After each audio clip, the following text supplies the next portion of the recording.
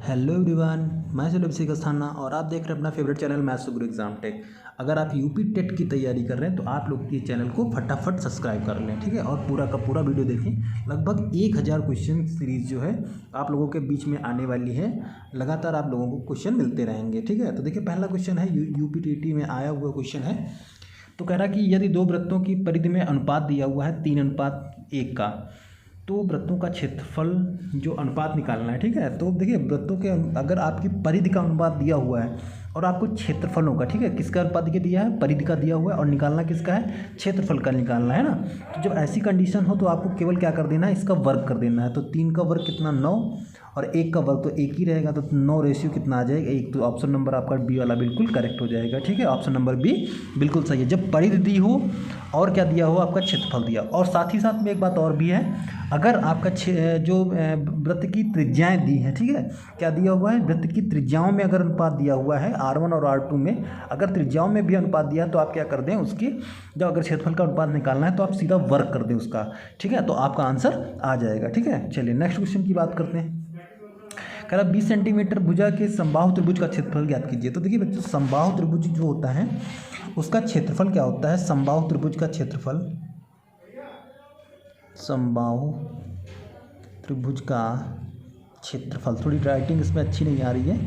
तो देखिए कितना आएगा, √3/4 इंटू भुजा स्क्वायर, ठीक है, ये आएगा इसका इस क्षेत्रफल, ठीक है। तो भुजा हमारी कितनी दी है, 20 दी हुई है। कितनी भुजा दी है, 20। तो कैसे निकालेंगे हम लोग भुजा जब 20 दी हुई है, तो देखिए √3/4 करेंगे तो कितना आएगा, √3/4 इंटू भुजा स्क्वायर। तो भुजा स्क्वायर करेंगे, 20 का स्क्वायर करेंगे तो 20 का स्क्वायर होता है 400। 400 से इसको काट देंगे, कितना बचेगा बच्चों, 100। तो कितना आएगा, 100√3। तो देखिए 100√3 वाला ऑप्शन नंबर बी बिल्कुल करेक्ट आंसर आ गया है, ठीक है। तो देखिए कितना आसान है। नेक्स्ट क्वेश्चन की तरफ बढ़ते हैं। अगर समझने में कोई भी दिक्कत है तो आप लोग कमेंट बॉक्स में बता सकते हैं, ठीक है। चलिए नेक्स्ट क्वेश्चन की बात करते हैं।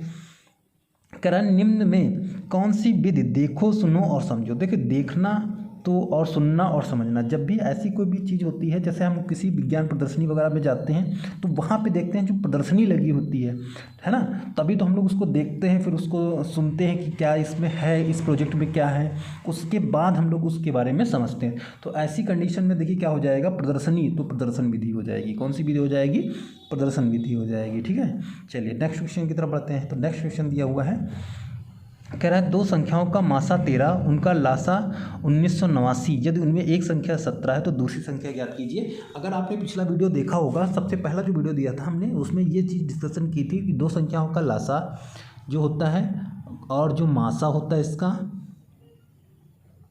वो दो संख्याओं के गुणनफल के बराबर होता है, यानी कि first number into second number, ठीक है। लासा गुणे मासा बराबर दो संख्याओं का गुणनफल। तो लासा मासा कितना हो जाएगा, 13 गुणे 1989 बराबर पहली संख्या हमको पता है कितनी, 117, और गुणे दूसरी निकालनी है, ठीक है। तो दूसरी देखिए निकालने के लिए क्या करेंगे, तो दूसरी संख्या जब आपको निकालनी है, थोड़ा सा इसको साइड कर देते हैं, ठीक है। दूसरी संख्या निकालने के लिए कितना हो जाएगा, 13 एकम 13, 13 9 कितना होता है 117, और 9 से अब इसको काट देंगे तो 9 एकम 9, 9 दूना 18, फिर 1 बच गया, फिर 9 दूना 18 और 9 एकम 9, यानी कि जो सेकेंड वाली संख्या कितनी आ जाएगी, 221। तो ऑप्शन नंबर आपका सी बिल्कुल करेक्ट आंसर है, ठीक है। चलिए नेक्स्ट क्वेश्चन की बात करते हैं।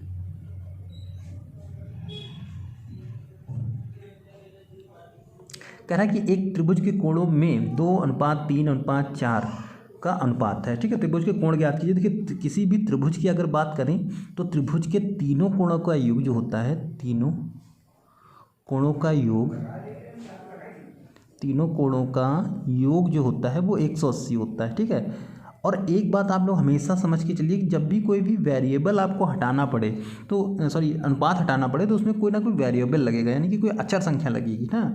तो देखिए कोणों में अनुपात दिया हुआ है, यानी कि पहला अनुपात 2, तो इसको 2x मान लेंगे, प्लस फिर दूसरा कितना दिया 3, तो 3x, फिर तीसरा 4, तो 4x।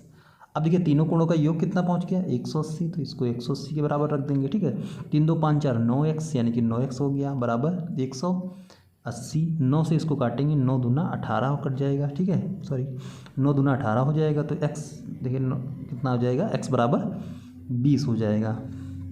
अब कह रहा है कि इसमें आप बताइए कि कौन सा कोण है। तो 20 से देखिए पहला 2x था, तो जब 20 से गुणा करेंगे तो 40 हो जाएगा। दूसरा 3x था, 20 से गुणा करेंगे 60 हो जाएगा। तीसरा 4 था 80, तो 60 40 80 वाला जो है वही ऑप्शन सही है, सी नंबर। ठीक है, 60 40 80 आंसर आ गया। काफ़ी आसान क्वेश्चन है, समझने वाले क्वेश्चन है, बस आप अच्छे से इसको समझ के जब चलेंगे, कॉपी पेन लेके अपना बैठेंगे, सारे क्वेश्चन नोट करेंगे, तो रिपीटेड क्वेश्चन जब होना स्टार्ट हो जाएंगे तब आपको समझ में अच्छे से आने वाला है। ठीक है, तो चलिए नेक्स्ट क्वेश्चन की बात करते हैं। कह रहा वह छोटी से छोटी संख्या जिसे 269 में जोड़ने पर पूर्ण वर्ग संख्या प्राप्त हो जाए, वह कितना अच्छा क्वेश्चन। देखिए 269 है, अगर हम लोग शॉर्ट टिक की बात करें तो 269 है, और इसके आस पड़ोस की संख्या जो पूर्ण वर्ग बना दे इसको, तो हम जानते हैं 17 का स्क्वायर कितना होता है बच्चों, 289 होता है। ठीक है, 17 का स्क्वायर कितना होता है 289, और यहाँ देखिए कितना है 269, तो इसमें कितना आपको जोड़ना पड़ेगा 20। कितना जोड़ना पड़ेगा 20, तो अगर हम 20 जोड़ दें कितना हो जाएगा 289, और 289 क्या होता है पूर्ण वर्ग होता है, तो आंसर नंबर आपका डी बिल्कुल सही है, 20 आंसर आ जाएगा। ठीक, चलिए नेक्स्ट क्वेश्चन की बात करते हैं। कह रहा सबसे छोटी अभाज्य संख्या, तो सबसे छोटी अभाज्य संख्या होती है 2। ठीक है, कुछ लोग 1 लगा देते हैं, लेकिन एक सबसे छोटी अभाज्य संख्या नहीं होती है। ठीक है, और अगर समअभाज्य संख्या बात करते हैं तब भी समअभाज्य संख्या कितनी होती है 2। समअभाज्य संख्या कितनी होती है 2, और सबसे छोटी अभाज्य संख्या भी कितनी होती है 2। कभी भी एक में टिक नहीं लगाएंगे। ठीक है, जो एक होता है इसको नहीं माना जाता है। चलिए नेक्स्ट क्वेश्चन की बात करते हैं। गणित शिक्षण की स्वयं सिद्ध विधि में कौन सी विधि सम्मिलित नहीं है। ठीक है, देखिए यूक्लिड विधि जो है ये भी क्या है, एक स्वयं सिद्ध विधि है। आप लोगों ने 9th में पढ़ा होगा, 9th क्लास में यूक्लिड और गैर यूक्लिड और औपचारिक विधि, ये 9th में नहीं है, लेकिन ये दोनों विधियाँ क्या है 9th में। तो इसमें कौन सा ऑप्शन, क्योंकि यहाँ पे पूछ रहा नहीं, तो नहीं के लिए कौन सा हो जाएगा अनुवांशिक विधि। अनुवांशिक विधि जो है वो स्वयं सिद्ध विधि नहीं है, क्योंकि अनुवांशिकता का नियम जो भी है था वो किसी न किसी पर्टिकुलर एक चीज़ पे नहीं लगता है, वो कई जो दूसरे उस पे लगता है। ठीक है, तो इसको अनुवांशिक विधि में ये श्रेणी नहीं आएगी। ठीक है, देखिए नेक्स्ट क्वेश्चन जो दिया हुआ है, कह रहा है पहले संख्या को पहले संख्या 350 को 20% बढ़ाकर 20% कम कर दिया गया। जब भी देखिए लाभ और हानि बराबर बराबर की जाती है, तो उसके लिए बहुत आसान तरीका है। जैसे 20% का लाभ होता है और 20% की हानि होती है, तब भी आप ये फॉर्मूला लगा सकते हैं। तो कितना हो जाएगा, केवल आपको 10/100 का स्क्वायर कर देना है। ठीक, तो कितना हो जाएगा 20 कम 20 20 पंचे 100 हो जाएगा। तो ये कितना हो जाएगा बच्चों 350 गुणे, और 1 का स्क्वायर 1 ही होता है, 5 का स्क्वायर कितना हो जाएगा 25। 25 इसको काटेंगे, 25 कम 25 बच गया 10, 25 को 100 कितना आया 14, यानी कि 14% की हमेशा कमी ही होती है। ठीक है, जब भी इस टाइप से क्वेश्चन आएगा कि इतने % का लाभ होता है, इतनी सेम कंडीशन, मतलब 20% का लाभ है तो 20% की हानि, तो हमेशा हानि ही होगी। ठीक है, चलिए नेक्स्ट क्वेश्चन की बात करते हैं। तो देखिए नेक्स्ट क्वेश्चन दिया हुआ है 1/3 की होल पावर -1 माइनस 1/4 की होल पावर -1 की पावर -1। तो देखिए -1/3 की जब पावर -1 लेंगे तो आपका मिलेगा ये 3। ठीक है, और 1/4 की जब पावर -1 लेंगे, जब -1 पावर लगी होती है तो इसका व्युत्क्रम लिख देते हैं। व्युत्क्रम का मतलब होता है इसको उल्टा कर देते हैं, हर को अंश में लिख देते हैं, अंश को हर में लिख देते हैं, तो ये फिर 4 ऊपर चला जाएगा। तो देखिए 3 में से जब 4 बच्चों घटा देंगे, क्योंकि देखिए पहले तो कितना है 3 आएगा, फिर कितना आएगा 4 आएगा, और इसकी होल पावर फिर -1 लगी, तो अंदर जब घटाएंगे देखिए कितना मिलेगा आपको -1 मिलने वाला है। ठीक है, और -1 का जब फिर से इन्वर्स लेंगे यानी कि उल्टा करेंगे तो आपको -1 ही मिलेगा। तो ऑप्शन नंबर ए आपका बिल्कुल सही हो जाएगा। ठीक है, ये क्वेश्चन थोड़ा सा लेंथी था, लेकिन अच्छा क्वेश्चन था, समझ में आना चाहिए।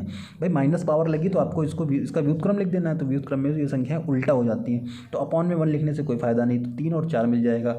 और 3 - 4 करेंगे, जब यहाँ पे देखिए 3 - 4 जब करेंगे तो आपको -1 मिलेगा, और -1 को अगर उल्टा कर दिया जाए तो भाई -1/1, इसको उल्टा कर लो तब भी -1 है ना, तो ये कितना आंसर आएगा, ये -1 ही आएगा। लास्ट क्वेश्चन दिया हुआ है कि 138 का संपूरक ज्ञात कीजिए, है ना। संपूरक क्या होता है, देखिए संपूरक 180 माइनस थीटा, ये होता है क्या संपूरक। ज़्यादातर 1 नंबर में जरूर पूछा जाता है टेट में।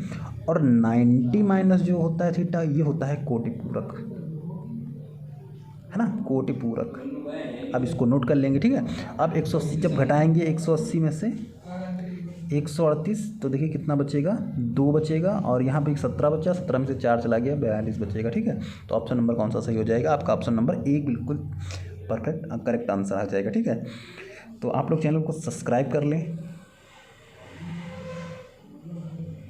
लाइक कर लें, है ना, और अपने दोस्तों के साथ क्या कर लें, इसको शेयर जरूर कर लें। ठीक है, और आप लोग पूरा वीडियो जरूर देखा करें। Thank you.